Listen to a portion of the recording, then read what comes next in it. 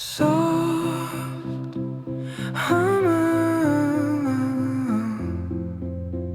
hum, dust motes dancing in the fading light.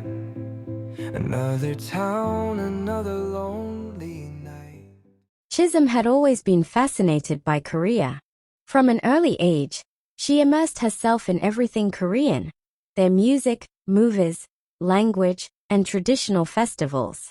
It wasn't just admiration, it was a deep passion that consumed her daily life.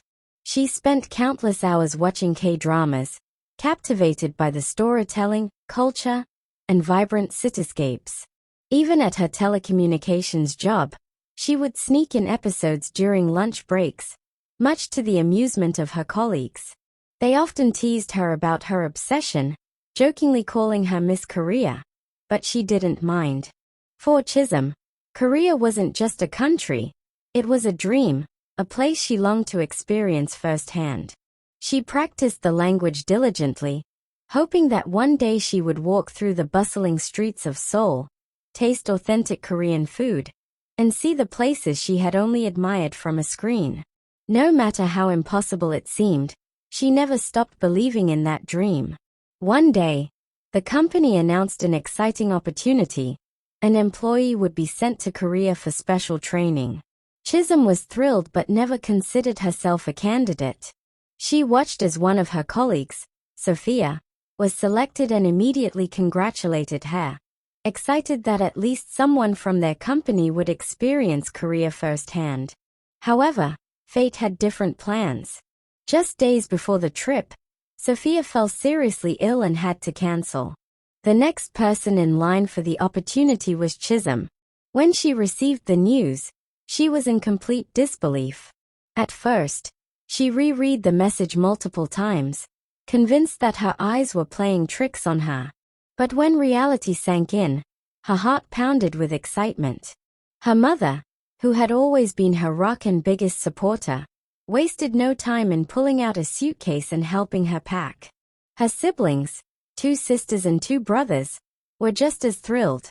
They cheered, clapped, and even danced around the room, celebrating her achievement as if it were their own.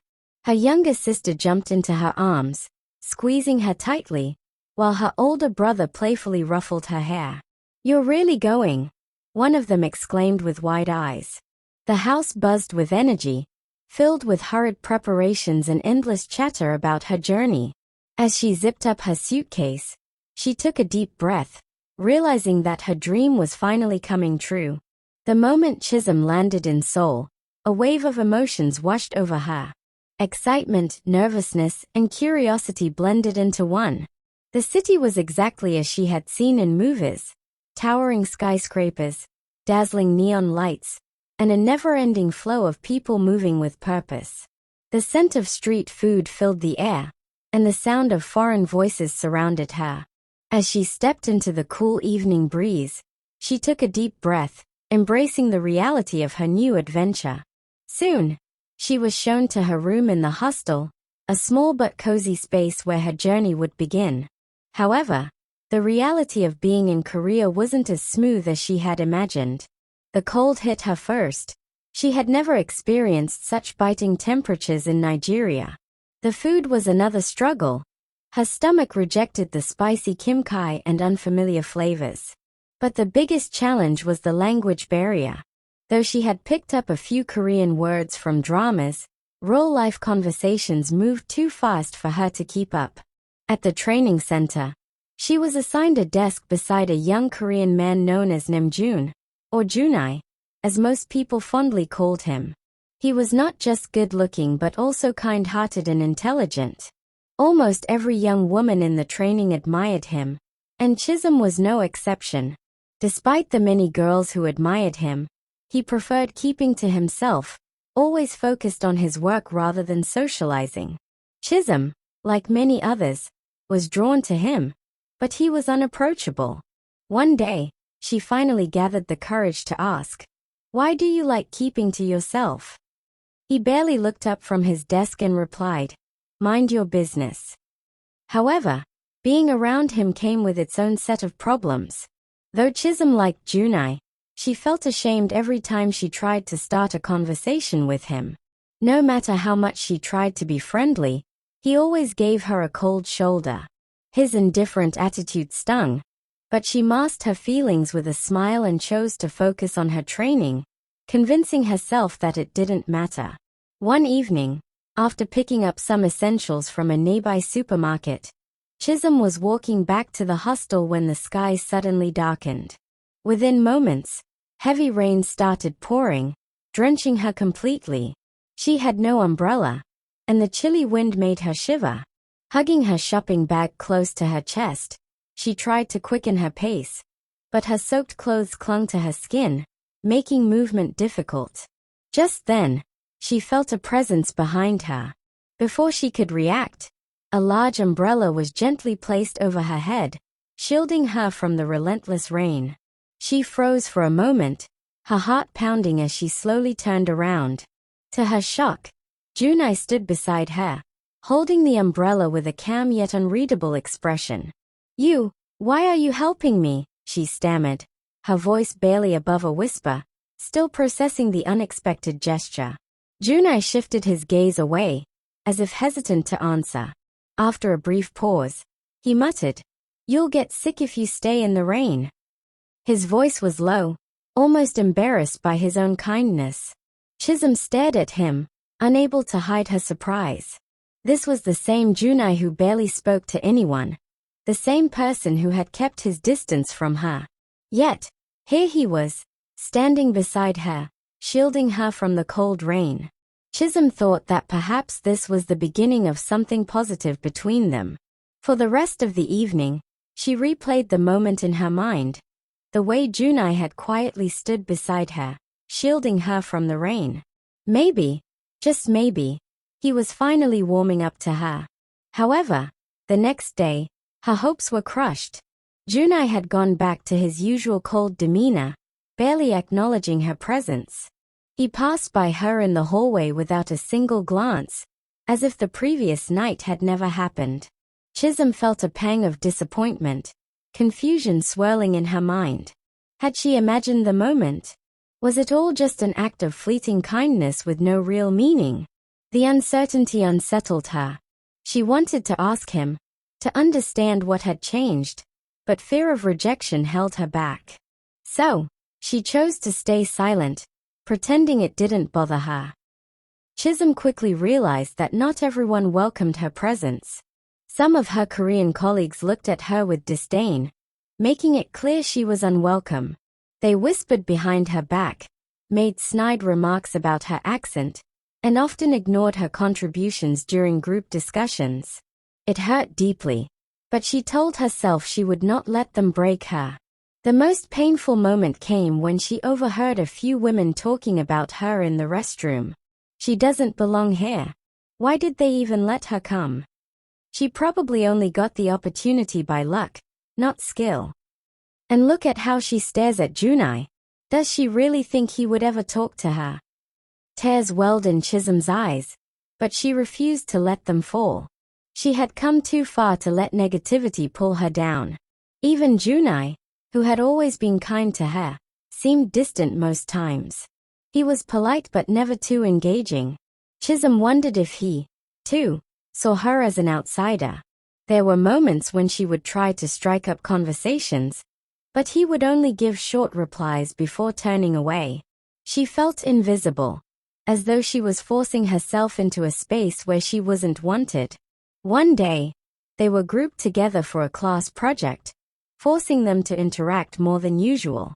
At first, their conversations were brief and strictly focused on their assignments. Chisom was hesitant, unsure how Joonie would react, while Joonie remained reserved, speaking only when necessary.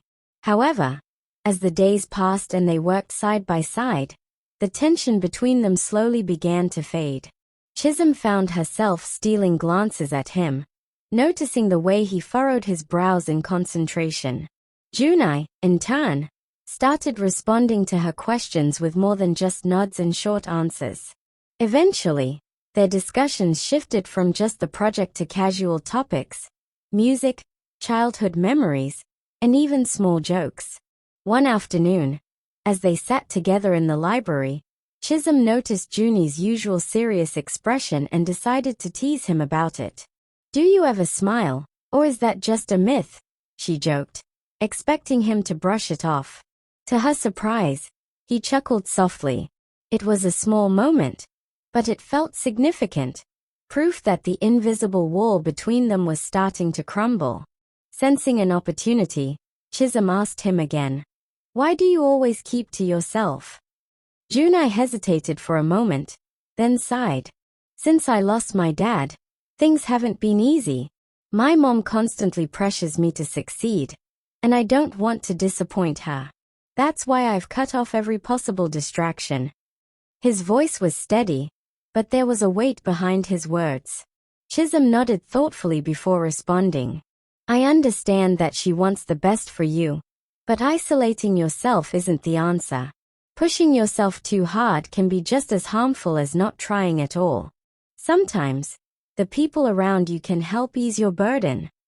Joonie looked at her, considering her words. For the first time, he wondered if maybe, just maybe, he had been too hard on himself. As Chisom and Joonie gradually became friends, their connection extended beyond just classwork. They started spending more time together, meeting for lunch, studying side by side, and exchanging stories about their cultures. Chisom taught Joonie a few Nigerian phrases, while he helped her improve her Korean. When winter arrived, their friendship grew even stronger. One afternoon, as snowflakes began to fall, Joonie invited Chisom to explore the city. They walked through the beautifully lit streets, sipping hot drinks and marveling at the festive decorations. Eventually, Chisom playfully scooped up a handful of snow and tossed it at Joonie. He was startled at first but soon retaliated, and their laughter echoed in the frosty air. Their conversations became deeper, filled with shared dreams and personal struggles. With each passing day, their bond strengthened, transforming from an unlikely friendship into something truly special and unbreakable. One afternoon, during the recreation period, Joonie was playing basketball with other trainees while Chisom stood on the sidelines, watching. She admired his skill and confidence on the court, her eyes following his every move. Each time he made a perfect shot, she couldn't help but smile. He occasionally glanced in her direction, noticing her watching him, and flashed a grin. At that moment, something unspoken passed between them, a silent acknowledgement of the growing bond between them. However, someone else had noticed Chisom's interest in Joonie, Sue, a Korean girl who also admired him. Sue, filled with jealousy, decided to humiliate Chisom. At one point, she intentionally threw the basketball directly at Chisom, aiming to hurt her. Chisom saw it coming and froze, unable to react in time. Just before the ball could hit her, a strong hand intercepted it. It was Joonie. He caught the ball effortlessly and turned to Sue with a sharp glare. "That was unnecessary," he said firmly. Sue scoffed but said nothing. She knew better than to challenge Joonie. Chisom, still in shock, looked up at him. You saved me." Joonie smiled softly. "You should be more careful. Not everyone here is friendly." From that moment, Chisom and Joonie's bond deepened even further. As time passed, Chisom continued to struggle with discrimination from her peers, and the biggest obstacle remained Sue. Sue couldn't stand seeing Joonie and Chisom getting closer. How can Joonie, who never associates with anyone, suddenly choose to be close to a black girl? She fumed. Despite all her efforts to get Joonie's attention, he had never spared her more than a few words. Determined to humiliate and scare Chisom away, Sue conspired with her friends to teach her a lesson. They whispered among themselves, planning the perfect moment to strike. One afternoon, as Chisom walked alone down an empty hallway, Sue and her friends saw their chance. Moving quickly, they surrounded her, their arms crossed and smirks on their faces. Well, if it isn't our little outsider," Sue sneered. "You think you belong here?" Chisom's heart pounded, but she refused to look away. But before they could act, a sharp voice cut through the tense air. "What do you think you're doing?" The cold, authoritative tone made everyone freeze. Chisom's heart pounded as she turned to see Joonie standing a few steps away. His sharp gaze locked onto Sue and her group. His presence alone sent a wave of unease through them. Sue's confidence faltered, and she exchanged nervous glances with her friends. None of them had expected Joonie to show up. Without another word, the group hesitated before quickly dispersing, leaving Chisom unharmed and utterly stunned by Joonie's intervention. Determined to succeed, Chisom decided to focus entirely on her training. She put in extra hours, watching recorded lessons at night and practicing her skills relentlessly. Her persistence did not go unnoticed. On the day of the final exam, Chisom walked into the examination hall with her heart pounding, but she reminded herself of how hard she had worked. Every late-night study session, every extra hour spent practicing, and every moment of self-doubt had led to this day. She took a deep breath and focused. As she answered each question with confidence and completed every practical task flawlessly, she knew she had given it her best. When the results were announced, her name was listed among the top trainees. She had done it. Chisom was among the best, proving to everyone, including herself, that she belonged. On the closing day, an award was presented to her in front of the entire training center.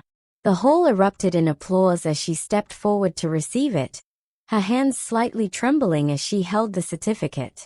For the first time since she arrived, she felt truly seen and respected. Joonie, who had been her biggest supporter through it all, stood waiting for her with a bright smile. The moment she stepped off the stage, he pulled her into a warm hug. "You did it, Chisom," he said, his voice filled with admiration. "You proved them all wrong." Tears welled up in her eyes, but this time, they were not from pain or frustration. They were tears of joy. She had come so far. She had faced bullying, rejection, and loneliness, but she had risen above it all. As the celebration continued, Chisom suddenly noticed someone standing hesitantly in the background. It was Sue. The girl who had once tormented her now looked at her with regret written all over her face. Her eyes shimmered with unshed tears as she slowly walked toward Chisom. "I was wrong about you," Sue whispered, her voice breaking.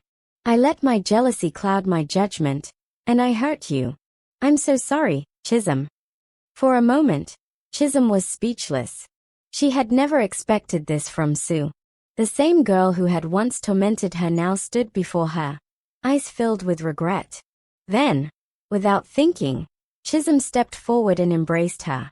"I forgive you," she said sincerely. A fresh wave of tears spilled down Sue's cheeks as she held on for a moment before stepping back. As Chisom prepared to leave, Joonie stood beside her, his usual confident expression replaced by something softer, something unspoken. His eyes glistened with unshed tears as he looked at her, struggling to find the right words. Finally, he spoke, his voice barely above a whisper. "I'll miss you," he admitted. Chisom felt a lump in her throat but managed a warm smile. "I'll miss you too," she said, her voice gentle yet filled with emotion. For a moment, they stood in silence, simply looking at each other, knowing that their friendship had changed them both forever. As she boarded the flight back to Nigeria, she glanced out the window, reflecting on her journey. Soft